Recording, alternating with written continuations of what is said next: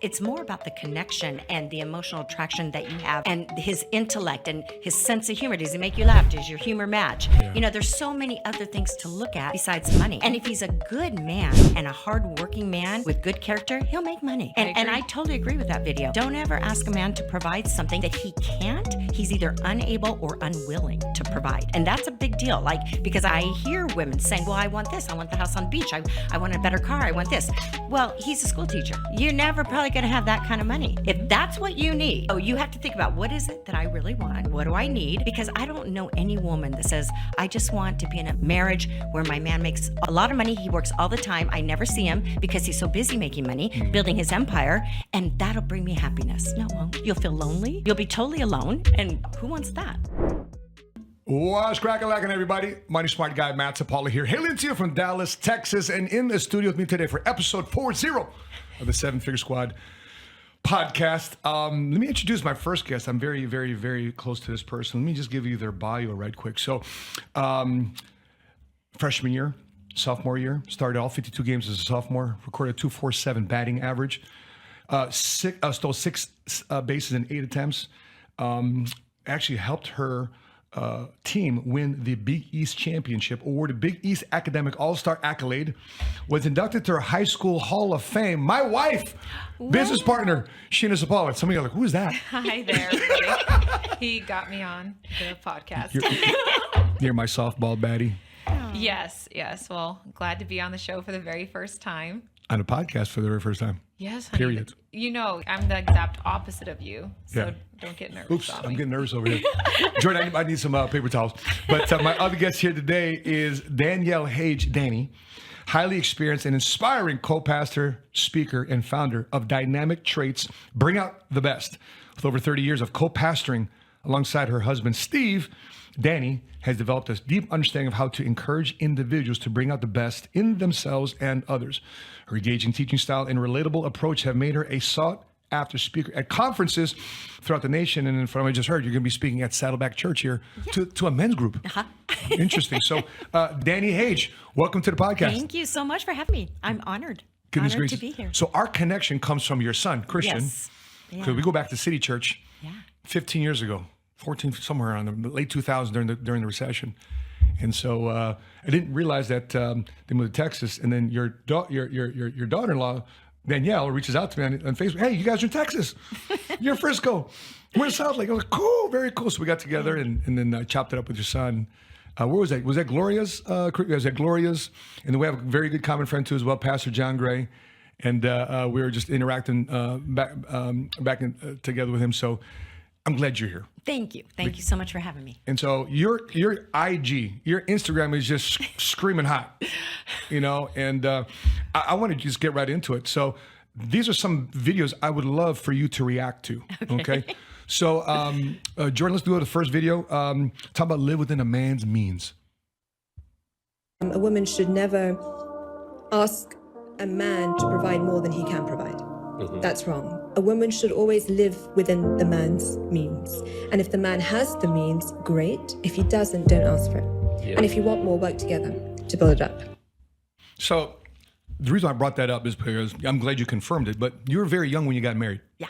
And your husband's at the time he was striving to be on his way to becoming a pastor. And you were raised in Orange County. Yes. Right, my wife was raised in Sacramento, Northern California. So a bunch of Cali girls here in the studio. But as a woman looking at getting married, how did you see that play out? What goes through a woman's mind when they're dating a young man who's may not have such a financial presence about him yet, but yet you're looking at him like, do I date this guy, potentially marry this guy? What goes through a woman's mind? Okay, so I was 18, married at 19.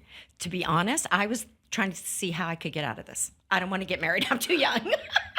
At that age, I was a baby. I was trying to figure out what I wanted to do, what college I wanted to go to, what career I wanted to take. And then I met him, and he was very persistent. And he was like, no, we're going to get married. And I'm like, no, we're not, because I am way too young. I had no idea. I literally moved an hour away to get away from him. And he followed me.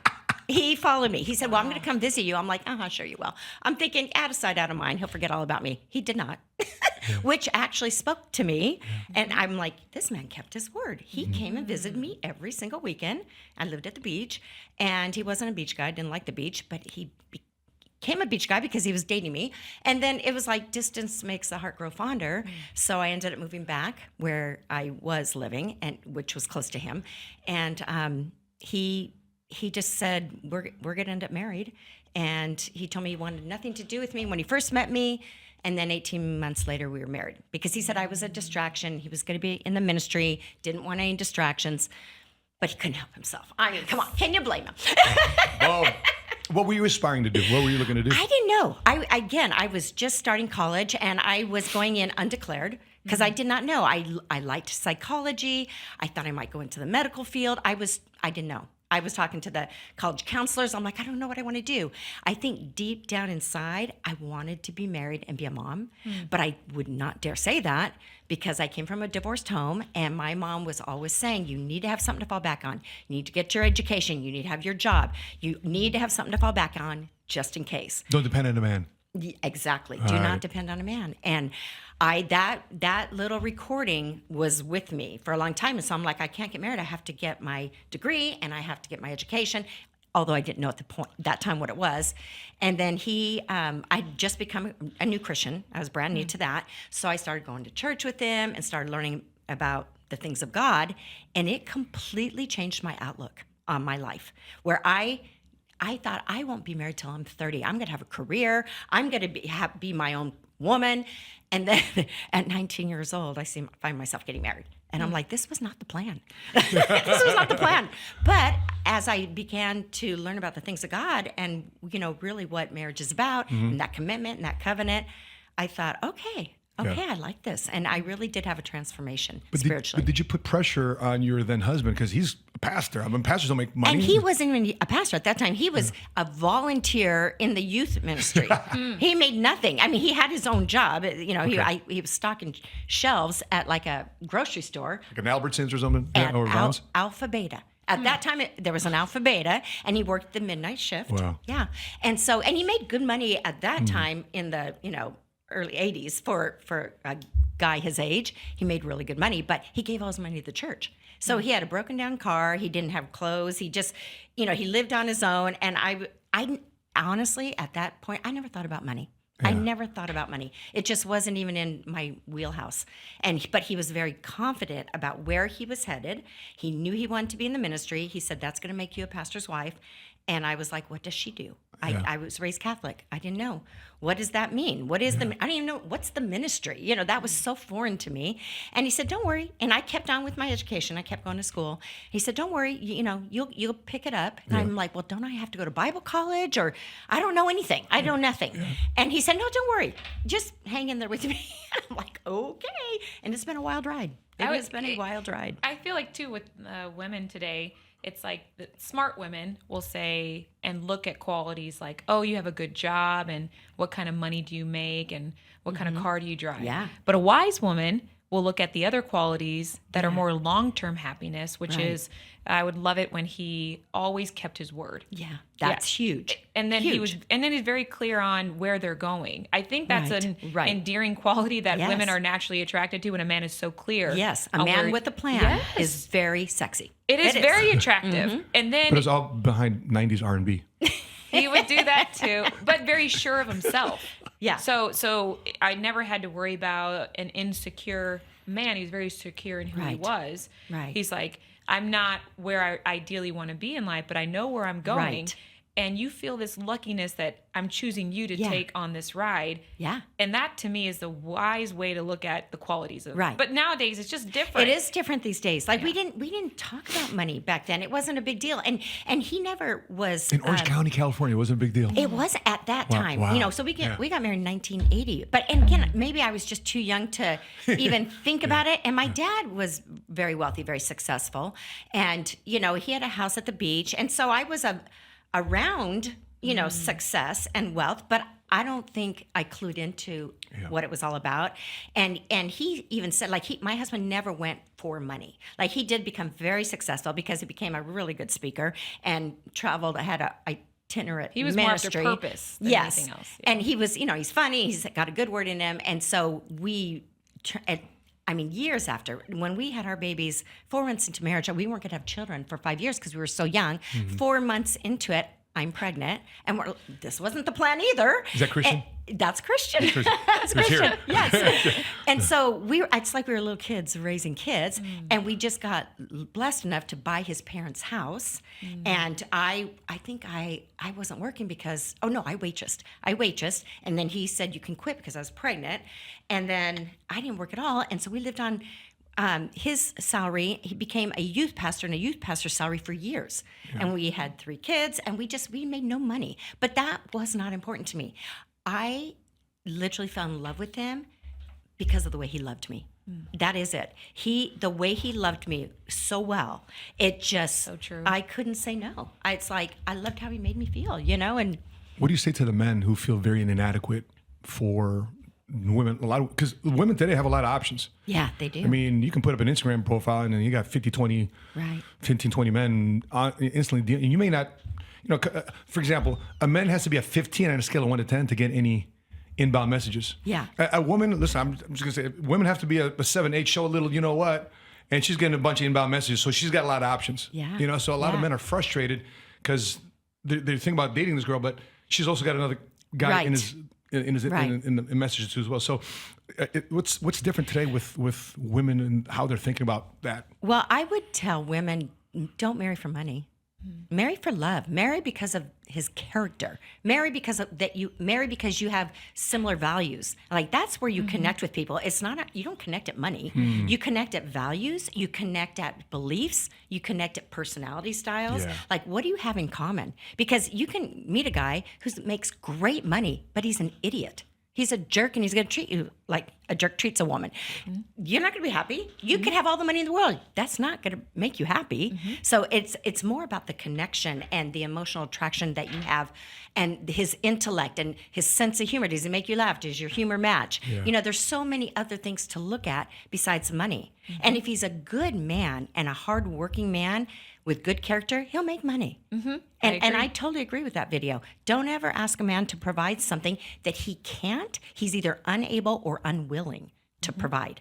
And that's a big deal. Like, because I hear women saying, well, I want this. I want the house on the beach. I want a better car. I want this. Well, he's a school teacher. You're never probably going to have that kind of money. He's not right for you. If that's what you need, then he's not the right man for you. Like, so you have to think about, what is it that I really want? What do I need? Because I don't know any woman that says, I just want to be in a marriage where my man makes a lot of money. He works all the time. I never see him because he's so busy making money, building his empire, and that'll bring me happiness. No, it won't. No, it won't. You'll feel lonely. Yeah. You'll be totally alone. And who wants that? Yeah. So, even with the guys, I feel bad for them because they think that, because a girl's super attractive, that I have to have that. yeah. Instead of having a little bit more security in choosing the character. Right. I'm raising the 2 boys. We have 2 young ones at home. And all I am worried about is in picking a right woman. And I don't care for a woman that is on OnlyFans. Oh my gosh, Or no. is What's that?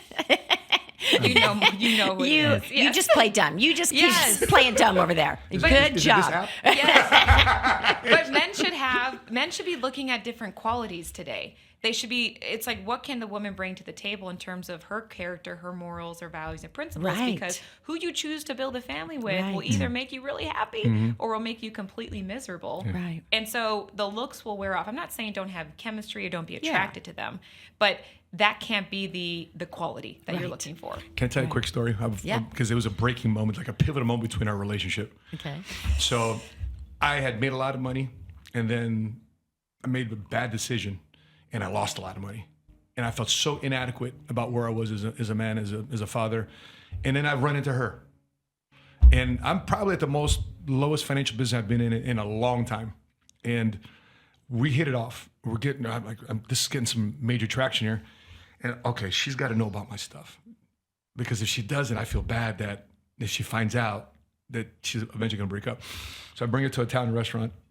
And on the Italian restaurant, the placemats are just paper. You just replace the paper. So I take out my pen. Okay, you just need to know you just need to know some things about me. Here's my crap. I clear this up, move the bread. Here's all my other crap. Here's what I'm going through: baby mama drama, family court, here bankruptcy.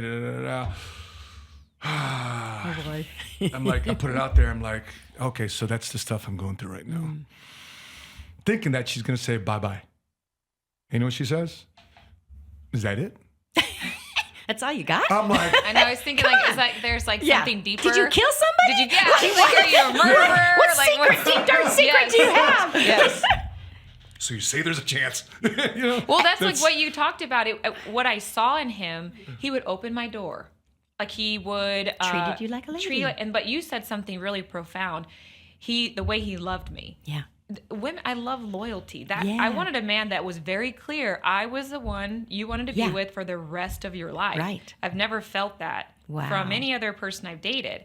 That to me, everything else is like, I'll step in and help. We can build this together because I knew for the long run I needed that part. I didn't need to wonder if you're going to get tired of me or when things don't go right, are you going to exit stage left? Right. I was looking for that quality, and he had it. And I guarantee you doing that, and you'd only been on how many dates when you did that? It was pretty close. 6 months. 6 Yeah. months into Okay. it, 6 months. But that was so vulnerable that you did that, and so stinking honest and humble. Do you know how attractive that is very for a attractive. woman? Yes. Oh my gosh. You're And you right. just fell in love with him right there know. in that moment. Absolutely. Because it wasn't about what you had. It was that you're honest, Right. that you're a good person. You have good character. That's Yes. huge. That makes a woman feel so safe. Yes. It's like, I can So put my true. life in his hands. He's going to take care of me because look how honest he is. Yeah, 'cause I was just trying to manage expectations. Like, I don't want you to think I'm somebody I'm not, and Right. I just wanted a partner. You just want someone you can rely on. Yes, You know, yes. we just don't. I didn't want to be that person that carried the weight of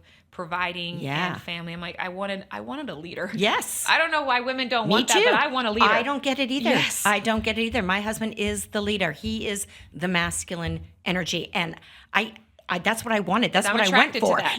Yes. Yeah. It really had nothing to do with how much money he made. And again, when we got married, we had nothing for years. And then after, I'm going to say 10, 12 years, I can't remember what year it was, and when he started traveling and speaking, he's like a motivational speaker. I couldn't believe the money he brought in. We never expected it. Never. And I was like, well, yippee. Yippee! Just right. How lucky am I? I think that's where the reward is. You mentioned you did a video about the word submissive. I'd love to hear how people reacted to that. Oh, yes. Well, let me just tell you this. The women didn't like it at all. Most of my videos, the women, there's a lot of pushback. There's a few that are okay with it, but a lot of pushback from the women because I am really talking to women about men and how to understand men and the extraordinary value of men. bring, yes. And especially in this day and age when the feminist movement has so jacked up the women. Yes. It has. But I just said how the reason women don't like the word submit is because it's been misused, misinterpreted, usually by men or by a church possibly. And my husband and I, we discuss as equals, but at the end of the day, he has the final say. Now, we've been married 43 years, and I'm going to say maybe on one hand, I could count on one hand how many times he's had to say, okay, but I'm the boss and I'm going to make the decision. Because we discuss until we come to an agreement, until we're in unity. You know, the Bible says when you're in unity, that's where the blessing is. So rarely has he ever had to say, well, this is the way it's going to be because I'm the man, ever. And then the times where he did want to go a certain direction, and I remember saying to him on more than one occasion, I don't like that decision. I don't think it's right.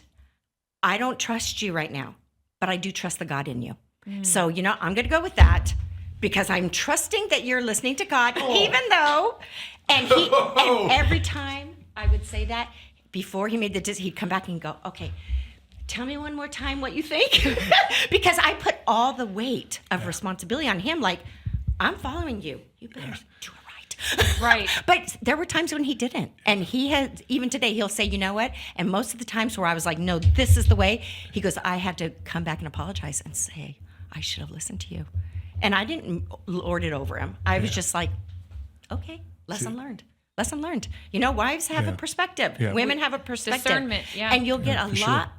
the man will get a lot more out of, or make better decisions if he asks for his wife's perspective, and the two of you go together. You're a partner. You're in partnership, you know, and you agree and you go together on things. You'll get a lot more accomplished. I often told China, I said, baby, you can get one or two people today. You can speak into the king in me, or you can speak to the fool in me. Yeah. Who do you want to see today? Oh, yeah. Well, here's another way. You can speak to the prince in him, or you can speak to the frog in him. Which do you inspire to come out? Every man's got a prince and a frog. Or that's good too, a king and a fool. So which one do you inspire? And I think women have so much power in that area. I think so they much power. underestimate how much power they think power is telling a man what to do, or Right. leading the conversation, or you're the final say. Right. I think it's completely opposite. And I had that revelation because I was that strong, independent woman, all that. Can do it on my own. Yes, until you raise boys. And you're like, man, I don't, he's Jojo was our youngest at the time. He's watching the model. And I'm like, how do I want a woman to treat him? Yes. And I'm like, wait a minute. Exactly. It changes your perspective. I was like, no, I don't want a woman to treat him like that, Right. or make him feel a certain way. So then I had to evolve with my evolution of how I treated my husband, because now I had somebody I'm trying to duplicate. And then I was either going to set him up for success Right. or failure That's if I didn't do right. it the right way. That's right. Oh, it's very good. good. Yeah, it's Very All good. right, can we show my screen real quick? Is this the scripture you're talking about? The Ephesians 5:22. Wives, submit yourself to your own husbands as you do the Lord. But Right. a lot of men stop at that. Exactly. And what else does it say? Men, you need Next to one. love your wives. And I always, when I talk to men, I always tell them, you know what? Your wife will have no problem submitting to you. When she feels safe, she trusts you, you treat her like a queen, like the gift she is. Submission isn't even, it's not even a It's not thing. even a question. She's like, she wants to serve you. She wants to give to you. She wants to make you happy. Again, it's a partnership. And also we forget that the Bible says that we are to submit to one another. It might be a few verses ahead of that, but we are to submit to one another. So it's not just like, anybody who thinks submission is just sitting quietly, you don't have a voice, you don't have a choice, you're a doormat, you're subservient, completely wrong interpretation. Okay, 21. completely wrong. Submit to one another. out of Submit to reverence for one Christ. another. Yeah, we forget about that. Yeah. Let's go to another video because I come from the Marine Corps and I'm Okay. always prepared for battle. But what I realized when I was in the Marine Corps, when I was with my battle buddies, I could take on any war. Let's go. Yeah. But when I came back home, I realized I got no battle buddies. But there's no other war at home. Right? And that's where, sadly, a lot of men and a lot of Marines, a lot of veterans lose because they don't have the battle buddies around. Right. And now they're arguing with their spouse. And you know, there's a lot of military, there's a lot of divorces. We run across veterans all the time. Like, okay, you're your third wife, you're your fourth wife. Yeah. Because that's just kind of like the pattern. So can we take a look at this clip in terms of what it means? We might recognize this person. Okay. There can't be two leaders in a relationship. There must be a leader and a follower, a masculine energy person and a feminine energy person, a giver and a receiver. And sometimes you trade roles depending on the situation. You need the protector provider masculine energy, and you need the supporter enhancer feminine energy in order for a relationship to work. If there are two people being the masculine, then you're going to have dueling protectors. And dueling protectors means war. And that battleground looks like competition, contempt, comparing, criticizing. Who's more tired? Who's more horny? Who works harder? Whose turn is it to vacuum? I'm still back in the horny part. To have peace in a relationship, both the masculine and feminine energy must have their place. Wow. Oh, I'd like to know what you mean by the roles can change. What do you mean by that? So there's times like we both have masculine energy and feminine energy. Both men and women have both. And you're born with, it could be 70-30, 90-10, you know, just depending on what you had to develop. Like women that maybe didn't have a dad in the home, don't have a husband to take care of them, had to be career women, have to support themselves. They've developed a lot of masculine energy. They have Good to. point, And yes. it's okay. There's nothing wrong with that. But in a romantic relationship, you need to choose. And I always ask women, do you want to be the feminine or do you want to be the masculine in your relationship? Most women, even masculine women, will say, I want to be the feminine. But I've learned to be the masculine. I've had to. Okay, so leave your masculine energy at the office And when you come home, turn back into a girl. Because no man, and I always tell them too, if you're dating, you're single, when you leave work, before you go on a date, you got to turn back into a girl. Like, don't go straight on a date from work. Go change clothes, take a bath, put some perfume on, become a girl, because no man wants to date a dressed up man with boobs. Right. Right? I mean, that's no fun. So, and yes, women today, yes, you can do everything all on your own, but who wants to? I don't want Who to. wants to? I don't. I don't. It's like, I can get the stuff down off the garage. I can clean the garage, but I don't want to. I I'm like taking honey. stuff off my plate. Yes. So I always say, there's times where I am stronger in a certain area, so I'll lead in that area. That my masculine energy will come out, and Steve will defer to me because he knows I'm better at that. And then there's things that he's better at, so you get to lead. When we first got married, I took care of the bills, because I had more time as being a stay-at-home mom. So I took care of the bills, and then I had to go to work. And I remember feeling overwhelmed and with kids and working. And I said, Steve, you got to take this off my plate. He goes, fine. And then I remember there was a certain point where, because I was better at it.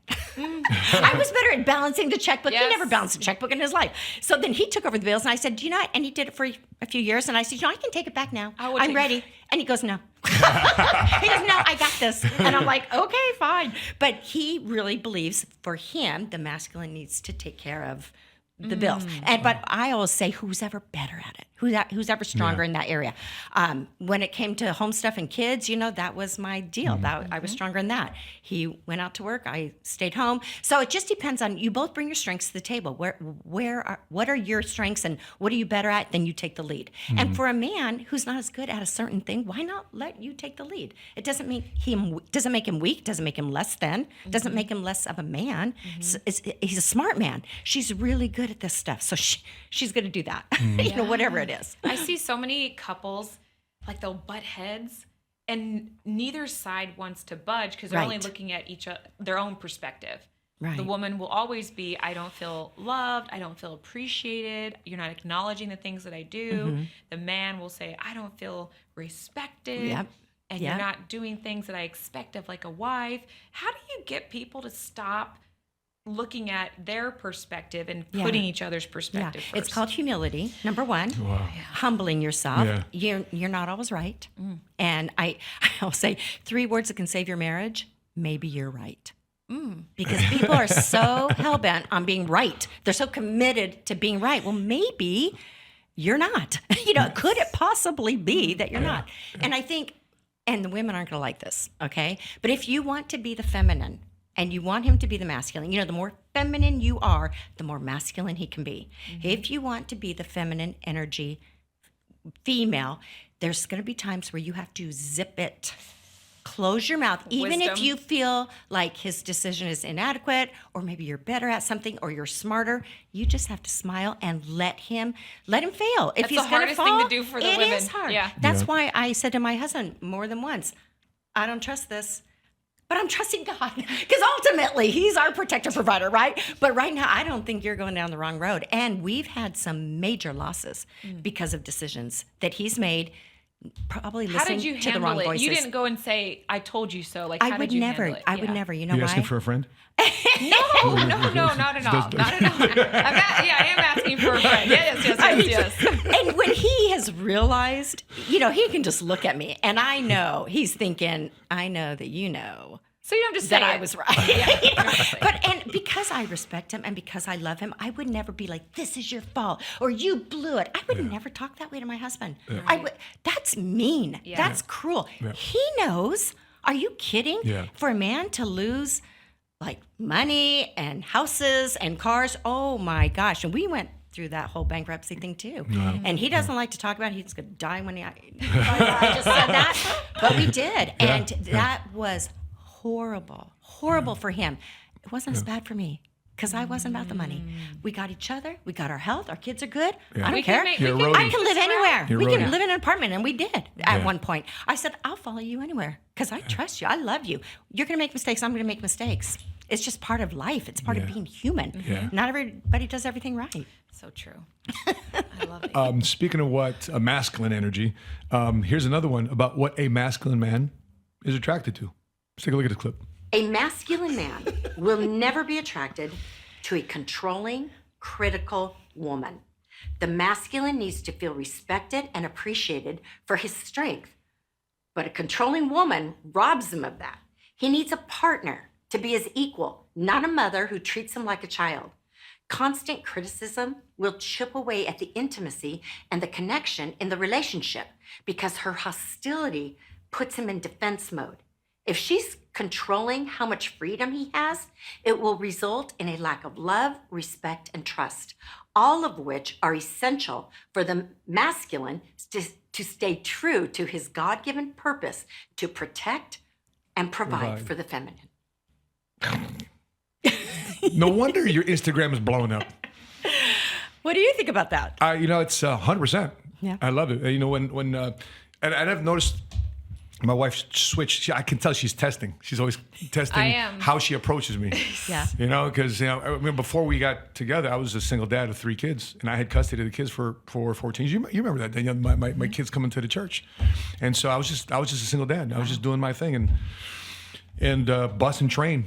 To the church. We had to walk from Union Station all the way up to Green Street, to get to church. But I wasn't going to get robbed of our blessings. So when she comes into my life, I'm still very. This is my family, my kingdom, and she's trying to come right. So I still have to trust her in a lot of ways. I'm still working on it, right, in terms of allowing that to happen. So, but when we do have most conflict is when I feel sometimes where there's criticism, there's critique. And I'm like, stop it already, get off me. That type of scenario. Just let me, especially when we're in creative mode. When I'm in creative mode, I know I'm going to walk away because. I'll be like a dream. I'll be a dream killer. I got this going on, but she wants to bring me back down to practicality. Right. I'm like, right. I don't want to be talking about. I'm jacked up about my dream, not practicality. I care about where I'm going, not where I currently am today. Yeah. And so we've had to work on it, and she's done so much better from when we first started dating to now being married, and how that's starting to evolve. I'm telling you, we're going at 8 years, going on 9. But we've been together since 2012, right? Yeah, so over a decade. Yeah. I had to choose. Yeah. I said, man, I can either keep going this direction and it caused so much turmoil with the whole family and it doesn't really there's no value to it. Or I can choose that I really do want this marriage to work. And so I got to figure out a different way to approach him. Right. And so I had to study him and realize I don't know him very well yet. We've been together for 10 years. So I think I'm still learning the triggers. You always will Interesting, huh? Always will be. Yeah. Always will be. So then it was for every. This is feminine energy. Yeah. And because we're always changing and evolving. It's so like I'm just trying to I always tell him I can't read your mind, but I promise you I'm not intentionally trying to upset you. Like leave me alone in the toilet. I'm sitting down, I'm done. Right, just leave me alone. Don't knock. Oh, but then if our 4-year-old opens a door on him on the toilet, he doesn't get mad at all. Yeah. So Come on, again, I learned. He's got grace for the 4-year-old. Grace for the 4-year-old. So I've had to learn. Okay, 1 criticism to him, I need to have 10 affirmations. Very good. So I had to learn this stuff. Yeah. Because ideally, if he's not in a good space, we're not all not happy. Right. And I don't want him to feel that. And I don't have any intention of hurting him. Of course. So, but you've been married for 40 plus years. So I would like to know from the professional, what would you say would be that core of, because people have been married for a long time, but they're not happy. Mm-hmm. So how do you get married for a long time and stay happy? What is that? What is that formula? Yeah. Well, I think a huge part of it is communication. Okay. Because if you can't communicate, you can't connect. And if you can't connect, there's no relationship. I mean, it's all about connecting, right? So you've got to find those ways, and disappointments and hurt and offenses all chip away at the connection, right? So that's why forgiveness is a really big deal. Factor in forgiveness if you're going to be married for any length of time. But I think a lot of it has to do with the woman's approach. And I think that scripture in the Bible that talks about a man would rather live on the roof of a house than be in the house with a contentious woman. King Solomon. Right? Proverbs 21 or something. Yeah. Because, and why is that scripture there? So someone knew that women can get contentious. We know how to critical, poke. Yes. Controlling, naggy, Yes. complainy, whiny, emasculating, right? So we don't have to be taught to do that. We're very good at doing that. And I think women do that out of fear. I think the root of it is fear. You're not trusting, you don't feel safe. You're unsure of the security around you or whatever. You don't want him to make a mistake or dream too big, and so there's all those things. But it has so much to do with your approach. And rather than saying, you're not, or you should be. If you come to a man with, right now, I don't feel safe. I feel insecure. I'm scared. I need to talk to you. Yes, humble yourself, because what you really mean is, This scared. is what I feel. I don't trust that decision. Right. And you have, with men, you have to be very direct. Don't use a lot of words. Don't give a bunch of details. Explain. Don't do that. Just say, here's what I need. Like I like to always tell women, here's the little format of when you are going to tell a man what you need. Oh, tell us, please. Number one. Here we go. Here's a formula. Here's number one. You first have to say, I need a time to talk with you. Let me know when it's going to be a good time. And don't stop there. You're not in trouble. Oh. If you don't say you're not in trouble or everything's okay, I gonna just need come some in time to hot. talk. Because Because men, that first part would be like, they'll what's up? get defensive. Yeah. Dukes up. Yeah. Because a man always thinks he's in trouble with a woman when she says, I need to talk to you. That's right? correct. I'm in trouble. Mom said it, teacher said it, somebody said it, wife says it. Oh, what did I do wrong? And I think a lot of that is because men really do want to make women happy. Right. They really do. And it's not their job. It's not their job. Our job is to be happy between us and God. It's an internal state of mind. His job is to make you happier. And you wouldn't have married him had he not been contributed to your life to make you happier. Because you were good. You're an independent girl. You're Right. fine. And Right. if there's one person we want to get validation from, forget the world. There's one Absolutely. person we want to get validation from, is the one we're providing, protecting for. are right. And if we don't get that Absolutely. validation, then we feel like inadequate and like, oh my gosh, she's looking elsewhere. I feel inadequate. I'm being criticized. Forget about it. Right. I'm giving you my whole world and it's not Yep. good enough. Yes. And that's always a man's thing. Am I good enough? Yes. Women are, am I beautiful enough? Men are, am I good enough? Do Oh, I have what such it a thing. takes? Very, very big thing. Mic drops. Yes, very big thing. Yeah. Yes. So you say, okay, I need some time to talk. Everything's okay. You're not in trouble. Okay. And then he's like, okay, sure. Or, I can get with you in 10 minutes or tomorrow or whatever. And then you wait for that time. And then first thing you say, here's what I need. And you be very specific. You don't say things like, well, I'm just not happy. That is so, what does that mean? I'm giving you everything I got. Yeah, I've laid down my life for you, lady. What do you mean you're not happy? So you need to be very specific. Okay, when you said that, oh, I have this. I want to say this. This is a compliment to you. And I'm assuming it's with her, but I heard you on social media and you said, your wife said to you, you snapped at me. And you said, no, I didn't. You said, I feel like you snapped at me. And you go, well, I don't think I did, but man, I'm sorry. If you feel that way, you feel that way. When I saw that, I was like, yes, he knows. What you did is you validated her feelings. You didn't dismiss them. Most men would go, well, I didn't snap at you. Get over it. That's stupid. That's dumb. That's invalidating. But what you did is validate her feelings. And how did that make you feel when you I said, felt oh, safe. yes. I felt safe. Yes. Yes. That And was full, so full good. disclosure, it's still a 50-50 shot. Hey, sure. You may not do it all the time. Yeah. And you had said 4 or 5 years ago, Yeah. I had to be right. Yes, yeah, I would have said, no, I didn't. No, I didn't snap. But just you, again, humbling yourself. If that's how she feels, that's how she feels. Feelings aren't good or bad, right or wrong. Yes. And we don't even know where they come up from sometimes. They just come. And you validated her. And I guarantee that just brought you together. Yes. Just the fact that he understood, because most women feel like their biggest mistake men make with women is they don't listen. They don't listen. And so women feel invalidated. He doesn't hear me. I don't feel heard. I don't feel seen. Therefore, I feel unsafe. Therefore, I will not make myself vulnerable. And especially when it comes to the bedroom, because I do not feel safe with this man. That's so Right? spot on. And by the way, we just had a really big argument, I think a couple weeks ago. And it was like this intimate moment in the backyard where emotions were calmer. And I approached him and I said, I want to talk about this. And all of a sudden it was like this miracle. He acknowledged it. And I didn't expect him to acknowledge it. And he did. And there's this overwhelming feeling of I feel so much better now. Yes, That's all like I needed. peace just Yes. dropped in. Because we hadn't talked for like a week. Yeah. Wow. Yes. And I missed her. Wow. I missed her. Yes, but I it was miss my wife. Yeah, but it was us being married as long as we have. I'm very big on progress. I don't expect perfection. Sure. But that was a very big breakthrough because Yes. it was so many examples time and time again that I didn't see that validation I Yeah. needed. All of a sudden out of nowhere, I'm like, that means our marriage is going to go in a good direction. Yeah. I was looking forward to makeup sex. Yeah.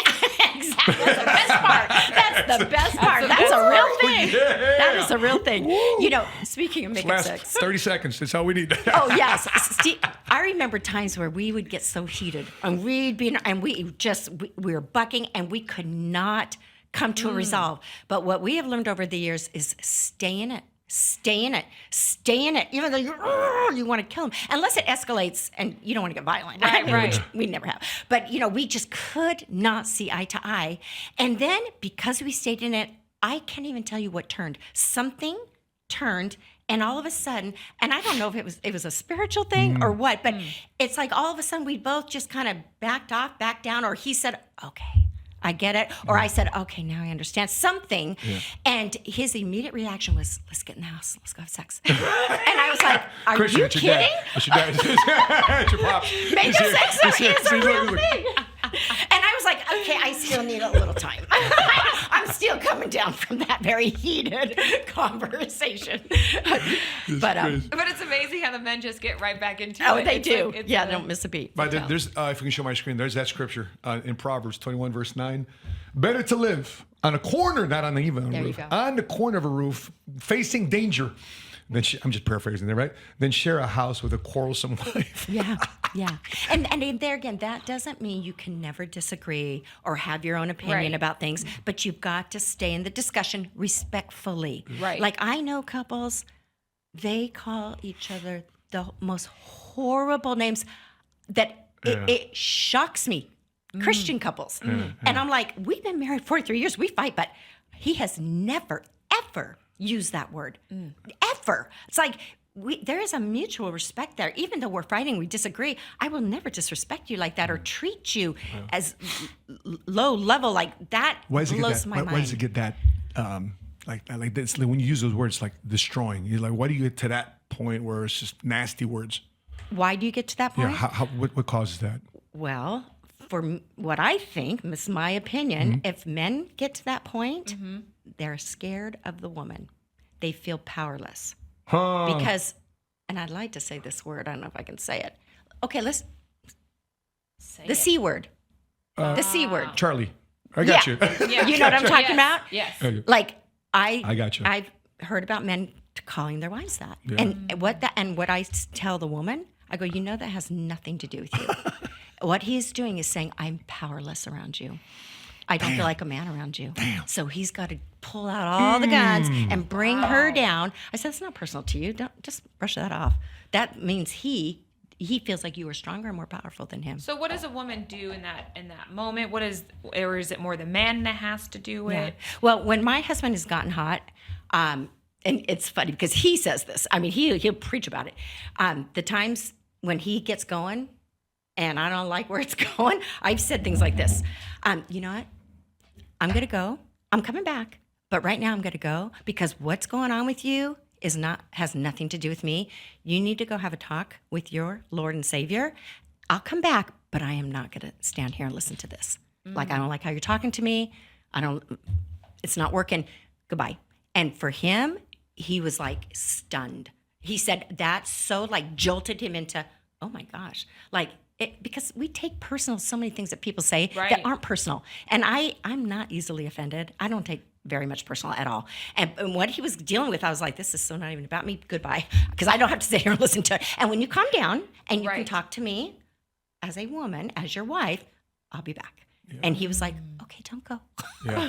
Don't go anywhere. I'm like, you need some time. You need your space. Sometimes we just got to have our space, right? Yes. And I think even too, when you're having that discussion, like you're getting each other's feelings out, it's like you have to be aware of your partner to know you're going in on them.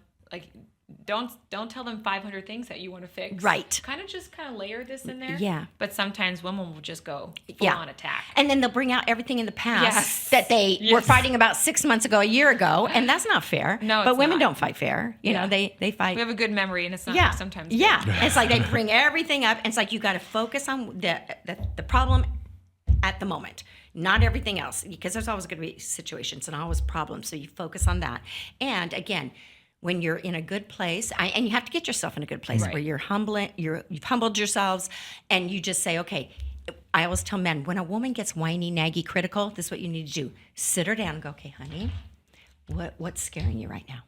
What are you afraid of? I feel good just hearing that. Because that's the root. So talk to me. Because he doesn't want you to be scared. Right. Like, so talk to me. And then and I know for introverted personalities, you sometimes have a hard time expressing yourself. Oh, yes. Yeah, we'll keep it in. Yeah, because you process internally, where extroverts like you process outwardly, right? He had it spot on. So usually an introvert isn't going to speak up until she's got all her ducks in a row. Right. She knows exactly, and you may even have to write it down. Right. You know, and I always tell introverts too, like, write them a letter, write them an email, send a text. If you can't say, what you really want to need say. But knowing that he cares that you're scared. Right. For a woman, you just said Validated. that right there just made me feel like, Right. okay. And then you just say, I feel insecure, I feel unloved, or I don't feel safe, or, I feel jealous, or whatever it is. And then he gets to speak to that. Okay, well, how can I fix that? Let me give you one quick example. So, young girl is engaged to this guy, and her past relationship, the guy cheated on her. So she's got a new relationship. Great guy. Well, all of a sudden, it was like that PTSD thing. Yeah. She's somewhere, he's in LA, supposedly with his grandfather having lunch. And this feeling came up in her, how do I know he's really there? He could be anywhere. Yeah. How do I know he's telling me the truth? That scar's still there. And she's never had any reason to distrust him, but it came up. Right. And so she texted him and she said, how do I know you're there with your grandfather? And instead of getting defensive, instead of him going, trust me, get all defensive, he goes, what do you need? Do you need me to take a picture? Do you need me to bring the receipt from the restaurant? What do you need, honey? FaceTime me right now. FaceTime? You want to FaceTime? Yeah. And I couldn't believe he did Smart. that. I thought, what a confident, secure man that didn't have to get defensive to prove he was doing right. He just said, how can I calm you and bring you peace? Good for that guy. And she goes, that was good enough. Thank you. Yeah, I feel safe all over again. Just the fact that you are willing to say whatever I can do to make that go away. Okay, and those times will probably come up again with her because obviously there's still some stuff in there that maybe isn't healed. This is a new relationship. Right. They're building, now they're married and, it should go good. But who knows when that's going to flare up, that's going to flush up, those little trigger things, right? Yeah. One of the biggest things that I want to show this. 1 second here. Can you show my screen here in a 1 second? Where is it? Okay. So let's look at this. This is the marriage rate in America. So it was high. What was over here? This is the if you can see that. That's the 30s and here's the 40s. Right? And that was World War II. I was going to say, yeah. Okay. And then after that, this has been a downward trajectory of marriage rates in America, just a steep decline. Yeah. And I look also as a parallel graph, the decline of religious identity.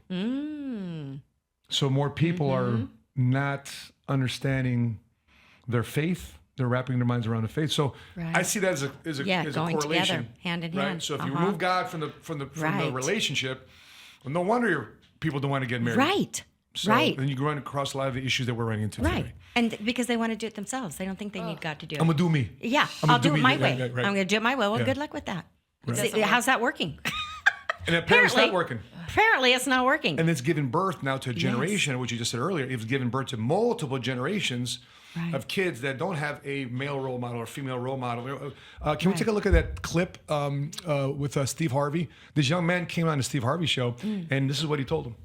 How do I learn how to be a man if I have no man influence in my life? See, the problem when a father walks out of these dudes' lives is there's a hole in his soul the shape of his father. Here's the deal, single mothers. Every boy is going to emulate some man somewhere. Yep. He could be a good man or he could be a bad man.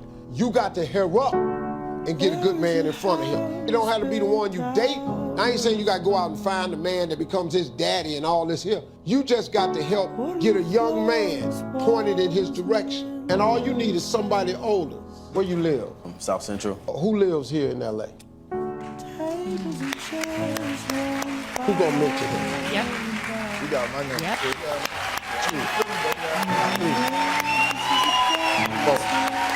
You got all these men said they'll mentor you. They'll help you. Oh, that gets you emotional. Yeah. Oh. Look how many young boys are being raised by single moms. Yeah. Dads are gone. You know what? I was a single mom before I met him, Yeah. and I think there's this thing with single moms, like, I don't need a man. I'll raise. Like, no, you can't. You can't raise a man because you're not a man. Right. It's like I had my dad was my son's influence, and then when I ran into my husband, it was such a powerful dynamic. But I was not interested in being a single mom my whole life, nor was I interested in not having a male role model around my son. And I see a lot of mothers right now just thinking they can do this on their own. It's not feasible. It's not even fair. It's not fair. Right. Yeah. Yeah. And men need to mentor men. Like the only thing that's going to restore masculinity in these young guys without a dad is another man. Right. A good man that's willing to take them on and do that. It could be a grandfather. Right. It could be an uncle. It could be a brother, but yeah, men need men for sure. When people do find themselves in a scenario, you're there in Orange County. I mean, there's a lot of divorces happening. I mean, everybody watches Real Housewives of Orange County, which one of them is an insurance business. Yes. She does annuities. Vicky. Yeah. Yes. Vicky, that's right. Oh, yeah. Is that enough though? Because here's the thing too. A man, sadly, as much as we're around each other, ask a typical man, when's the last time he created and invested in a new male friend? After high school, after college, after the military. Yeah. You see a lot of men that don't have friends. Yeah. And who do you call on when you're in a dark moment? Right. Myself. Yeah. The bottle. This. Right? All these different things. So how do we get both men connecting with other men? Not for for community and because men need to be around other warriors. Right. But at the same time too, is how do we get more women to start really rethinking this whole single parent? I can do this, me, myself, and I got this. Because here's the thing also, is that the government, these policies incentivize a woman to go through divorce because then they get 50% or child support. I mean, look what's going on. I went through it. That stuff. And we went to court and I had custody of the kids and the judge automatically thought that the kids were with the mom. And so they signed, child support. Wait, judge, hold up, time out. I got custody of the kids. Wow. And we spent another $5,000 in legal fees to turn this thing around. Because the judge made He just assumed. He just assumed. Yeah. And it cost me money and time. And I can't get that time back. Wow. I get the money back, but not the time. Yeah. That judge robbed me of time with my kids. Yeah. And so that's the consequences though, but thinking I can do this on my own. Right. Yeah. And I don't think there's an easy answer. I know that 80% of divorces filed come from women for sure. But, and I heard someone say this the other day and it hit me. It's like people don't divorce anymore because they're unhappy.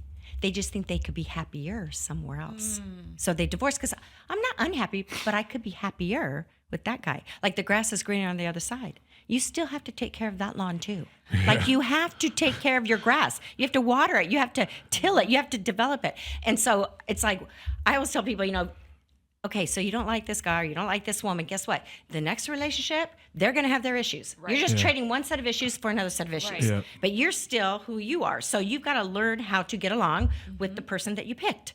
It's not, and people will always say, well, I must have married the wrong person because now I'm not happy. No, you need to learn to love the person you picked. He wasn't the wrong person at the time.